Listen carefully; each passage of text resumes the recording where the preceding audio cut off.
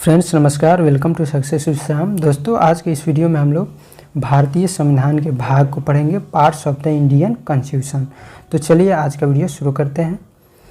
देखिए, भारतीय संविधान के भाग, संबंधित विषय एवं उनसे संबंधित अनुच्छेद यहाँ पर दिए गए हैं, उसको हम लोग जानने की कोशिश करेंगे।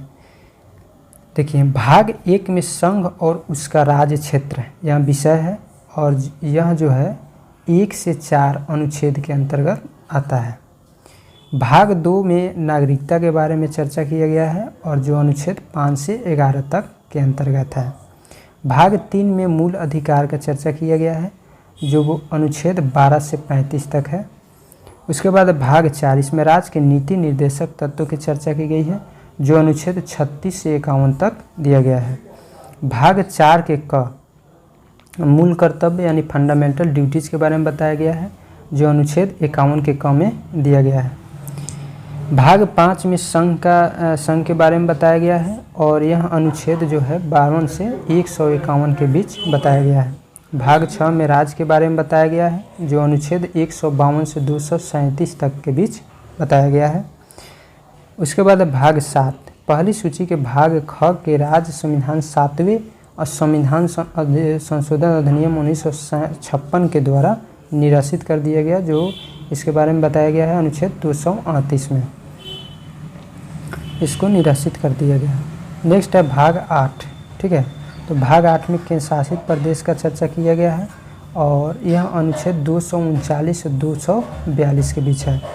भाग 9 में पंचायतों के बारे में चर्चा किया गया है, जो अनुच्छेद 243 से 243 तक दिया गया है।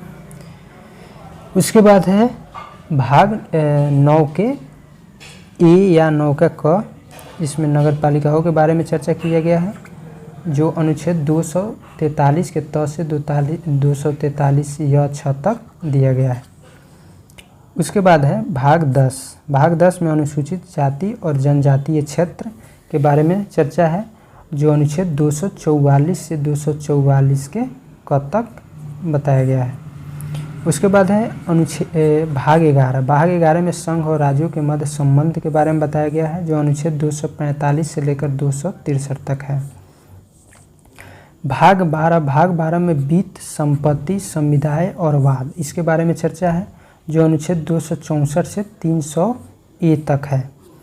उसके बाद है भाग 13। भाग 13 में भारत के राज्य क्षेत्र के भीतर व्यापार, वाणिज्य एवं समागम की चर्चा की गई है, जो अनुच्छेद 301 से 307 तक दिया गया है। उसके बाद है भाग 14। भाग 14 में संघ और राज्यों के अधीन सेवाओं के बारे में बताया गया है, जो अनुच्छेद 308 से 323 तक के बीच दिया गया है। भाग 14 के भाग 14 के ए में अधिकरण यानी ट्रिब्यूनल्स के बारे में बताया गया है, जो अनुच्छेद 323 के क से 323 के ख तक चर्चा है। उसके बाद है भाग 15। भाग 15 में निर्वाचन के बारे में बताया गया है, जो अनुच्छेद 324 से 329 के क तक दिया गया है।